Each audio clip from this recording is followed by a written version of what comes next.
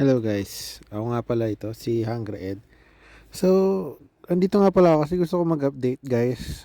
Kasi matagal ako natigil sa pag-gym kasi busy sa trabaho, tapos galing din akong bakasyon. Ayun.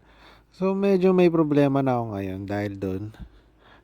Gusto ko lang share sa inyo para may kasama ako na humansin sa sarili ko.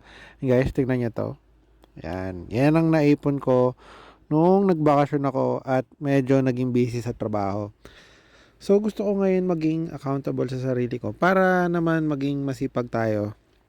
Pero ayun, hiningi ko lang yung tulong nyo na ayun, maging punay nyo ako pag di ko nagagawa. Ayan. So, galing nga pala akong Korea guys. And share ko lang sa inyo yung mga napunta ko doon. At tingnan nyo dito, share ko. Galing pala akong Namisan Island sa may South Korea.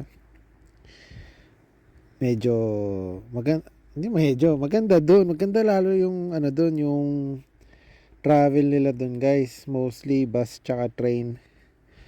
Meron din naman taxi pero convenient sobra doon, walang traffic.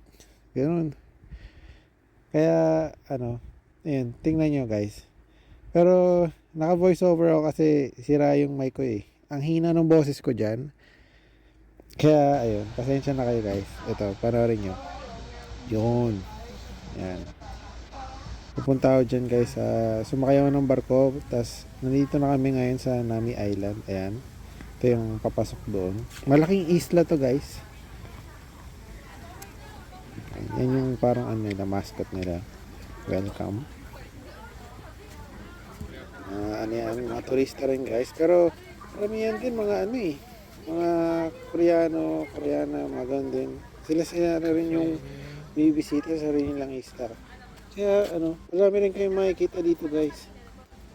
Tapos meron din hotel dito kung gusto nyo mag-overnight. Pero syempre hindi ko na ako nag-overnight. Lang ako day tour. Nung medyo paggabi na, saka umuwi. Ayan. Kita nyo yung peacock. Marami pa ako napuntahan guys. Panoorin sa preview. Ayun lang guys. See you next vlog.